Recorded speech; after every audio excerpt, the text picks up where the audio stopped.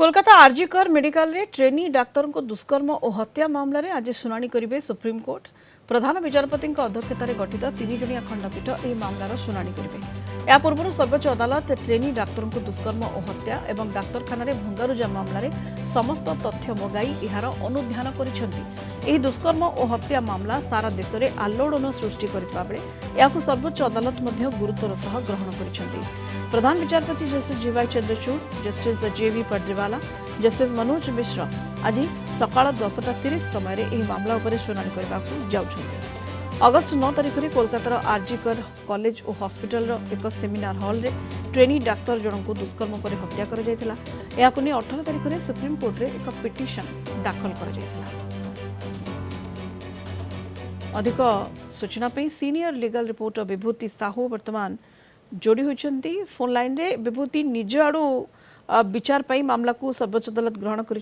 आज शुनानी रही यार विभूति देखो सुनीता जहाँ आरजीकर मेडिकल हॉस्पिटल रे जो घटना घटी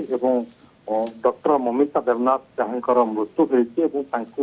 हत्या करा ये अभियोग रही सारा देश में तुम्बी तोफान चलती निज आड़ू मामला रुजु कर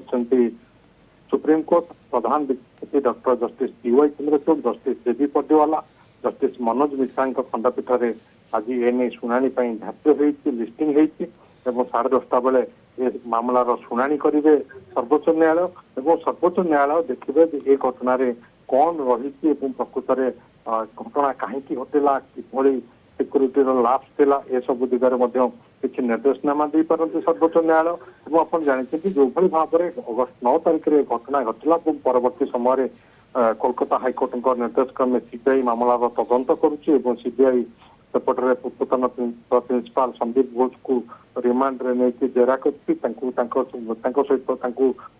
पचराउचरा कर रिमांड अच्छा संजय राय जे कि अभियुक्त एवं संजय राय साइको एनालिस्टिक टेस्ट आज हे ये समस्त दिग को लेकिन आज शुणाणी बेले आलोचना हो माननीय सर्वोच्च न्यायालय ए संपर्क में विधिवत कौन निर्देशनामा दे पारती सारा देश अपेक्षा कर